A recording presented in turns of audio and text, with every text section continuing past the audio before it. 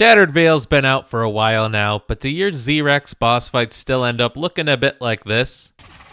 I was in the same boat until literally days ago, but I've got a guide for you to help you make that glorified lizard ancient prehistory. Let's take a look. The gun you want to use is the Maelstrom. Once considered the worst gun in the game, the Maelstrom is now debatably the single best weapon and by far the one I see recommended the most for all scenarios. Here are the attachments that I use. Stocks and barrels can be tinkered with, but the most important pieces are the suppressor for getting salvage faster, extended mag 2 so you can hold 28 bullets in your magazine when pack-a-punched, and rapid fire to shoot faster for more damage per second. I also recommend running the Ray Gun Mark II-W because it's helpful for the in-between phases. I really don't think I even use lethal or tactical equipment when I beat him, but I'd recommend Molotovs for your lethal and Stims for tactical. Stims will help you heal faster when the Z-Rex is charging you, and Molotovs will kill zombies effectively and enable your stamina up augment I'll discuss in a bit. The only gobblegum that matters for this strategy is Power Keg, which drops a full power to replenish your specialist. You can literally run anything else you want, it doesn't matter. Just Power Keg. For your field upgrade, I'd recommend using whatever you're comfortable with most for the main quest, but a couple of rounds before you're ready to take on the boss, switch to Frenzied Guard. Frenzied Guard is the #1 reason why this build works so effectively against the Z-Rex. If you don't know, Frenzied Guard will fully restore your armor, and all damage you receive while it's active goes to your armor and not your health. Additionally, any kills while you're under the effect of Frenzied Guard will replenish armor. For your ability augments, I recommend Frenzy Fire for your major augment and extension for your minor one. Frenzy Fire lets you shoot from your stock, essentially a stock option gobblegum. It makes it so you don't have to waste any time reloading. Extension, as the name implies, increases the duration of Frenzied Guard. This will give you more than enough time to smash the Z-Rex on its last 2 phases while simultaneously making you effectively immortal. I'm only going to highlight the most important perk augments, but I'll just put it up on the screen of my list of what I use just so you could see it. For double tap, I recommend Double Standard. This makes it so all non-critical shots do double damage, which is super useful for when you Frenzy Guard and may not be necessarily hitting the dinosaur in the face. You could make an argument for Double Impact, but Double Standard is the most consistent. For your minor augment, I recommend Double Time to further increase your fire rate bonus. This becomes devastating with Frenzied Guard, and you can clear an entire phase in seconds. And that is not hyperbole. For PhD Flopper, I recommend PhD Slider for your major augment.